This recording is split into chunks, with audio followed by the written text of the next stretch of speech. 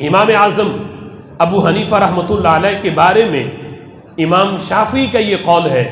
آپ فرماتے ہیں کہ بعد والے جتنے لوگ ہیں قیامت تک آنے والے،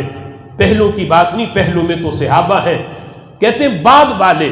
جتنے لوگ ہیں قیامت تک آنے والے،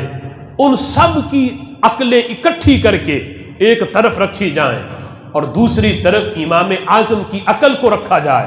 کہتے ہیں سب لوگوں کے مقابلے میں امام صاحب کی عقل پھر بھی باری ہو جائے گی کہ رب ذوالجلال نے انہیں جو قرآن و سنت سے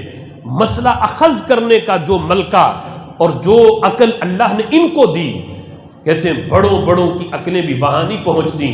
جہاں امام اعظم ابو حنیفہ رحمۃ اللہ علیہ کی عقل کام کرتی ہے۔ کہتے ہیں سب دنیا کے لوگوں کے مقابلے میں بھی اگر ان کی عقل کو تولا جائے تو سب کی عقلوں پہ امام صاحب کی عقل باری ہو جائے گی۔